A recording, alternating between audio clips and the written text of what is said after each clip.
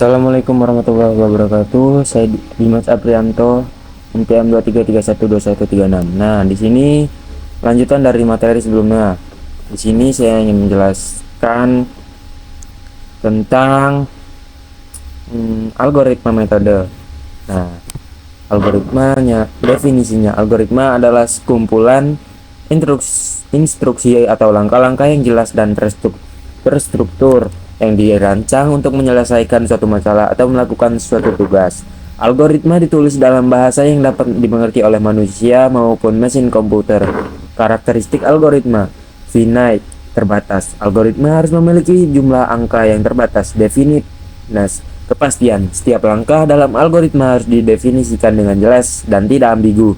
Input, algoritma menerima 0 atau lebih masukan. Output, algoritma menghasilkan setidaknya satu keluaran.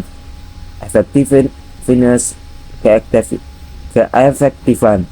Semua operasi dalam algoritma harus cukup sederhana dan dapat dilakukan dalam waktu yang wajar. Contoh algoritma menghitung faktorial dan suatu bilangan n. Mulai, masukkan bilangan n jika n sama dengan 0 atau n sama dengan 1, faktorial sama dengan 1. Jika tidak, faktorial sama dengan n kurang 1.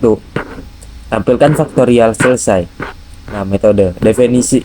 Nah, di sini lanjut menjelaskan metode. Definisinya, metode adalah pendekatan atau teknik yang digunakan untuk mencapai tujuan tertentu. Metode dalam konteks ilmu komputer sering menunjuk pada teknik atau cara tertentu yang digunakan dalam pemrograman, pengolahan data, atau pemecahan masalah. Jenis-jenis metode numerik, teknik untuk menyelesaikan masalah matematika yang tidak dapat diselesaikan secara analitis. Contohnya metode iterasi, metode integral numerik, dan lain-lain. Metode statistik, teknik yang digunakan untuk analisis data dan pengambilan keputusan berdasarkan data statistik. Contoh regresi, uji hipotesis, dan lain-lain. Metode heuristik, teknik yang digunakan untuk menemukan solusi yang cukup baik dalam waktu yang wajar untuk masalah yang sulit dipecahkan secara optimal. Contohnya algoritma genetika, simulated annealing, dan lain-lain.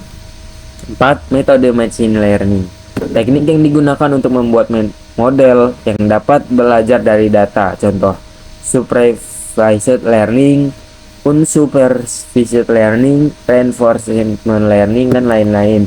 Contoh metode pencarian linear search. 1. Mulai, masukkan array dan elemen yang akan dicari. 3. Inisialisasi indeks i sama dengan 0 selama i kurang panjang array. Lakukan jika array i dengan elemen, keluarkan indeks i. Jika tidak, tambahkan i dengan 1.